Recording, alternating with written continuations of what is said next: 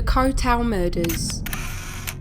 The small idyllic island of Koh Tao, situated within the Gulf of Thailand, is home to a population of around just 3,000 people. The beaming sun, the aqua sea and sandy beach makes the island a haven for tourism, but as with most things in life, looks can be deceiving.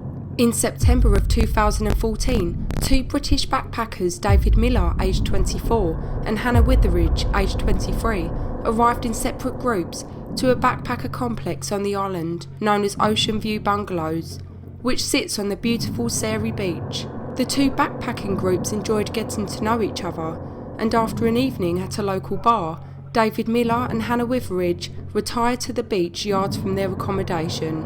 Early the following morning on September 15th, a Burmese beach cleaner would make a gruesome discovery. The deceased and mostly unclothed bodies of Hannah Witheridge and David Miller were there, laying yards apart.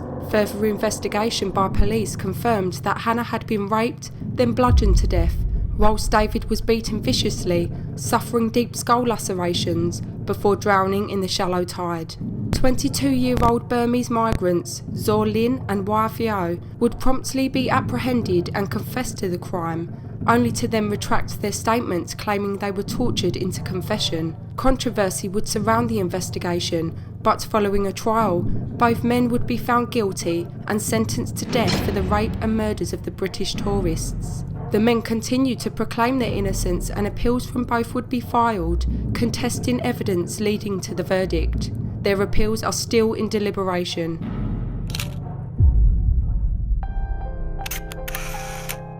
In November of 1988, 16-year-old Japanese student Junko Furuta was abducted by 4 boys, one of them being Hiroshi Miyano, a boy who had a crush on Junko but was let down when she said that she wasn't interested. This, of course, did not hold up well with Hiroshi. Once Junko was abducted, Hiroshi and the boys brought her to one of their homes, where she was brutally raped and tortured for over 40 days. Before that, the boys forced her to call her parents and falsely admit that she had ran away and that she wasn't in any danger. During JUNKO'S 44 total days held captive, her kidnappers not only sexually assaulted her, but also forced her to drink her own urine and to eat live cockroaches.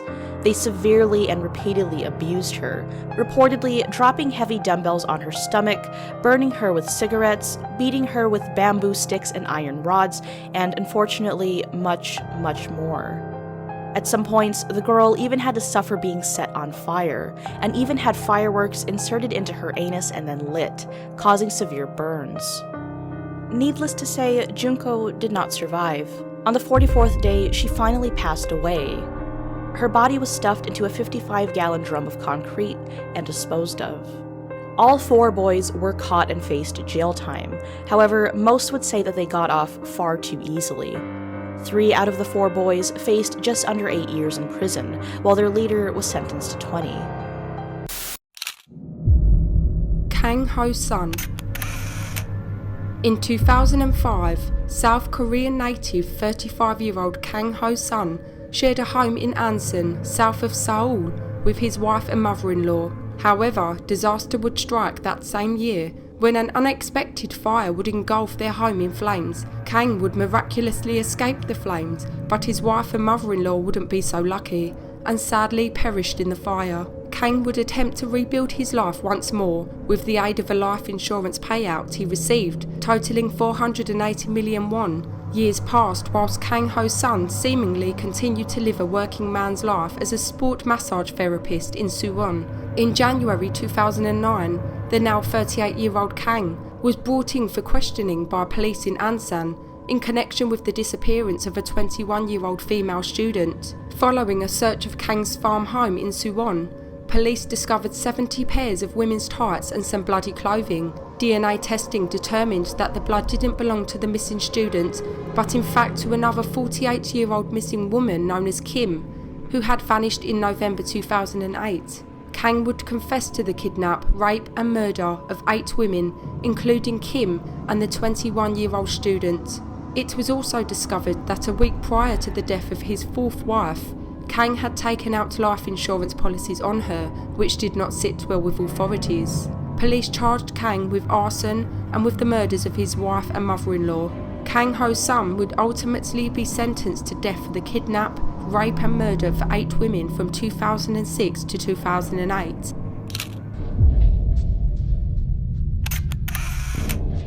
On October 20th of 2010 in China, 21-year-old music student Yao Xiaoxin was driving home in his Chevy Cruze when he accidentally struck a 26-year-old waitress by the name of Zhang Yao. The woman survived, only sustaining minor injuries. However, when Yao noticed that she was trying to write down his license plate number, he took out a knife and began stabbing her repeatedly, ultimately ending her life. After fleeing the scene, Yao, in a panic, managed to accidentally hit 2 more people. He was quickly apprehended, but reportedly released due to the initial lack of evidence. 2 days later, authorities were finally able to connect the 2 events, and Yao was arrested. He finally confessed to carrying out the murder, stating that he was afraid that the woman would seek financial compensation for her injuries. The media soon brought attention to this case, and once it was revealed that Yao came from a wealthy family, what followed next was an incredibly heated debate amongst the Chinese public.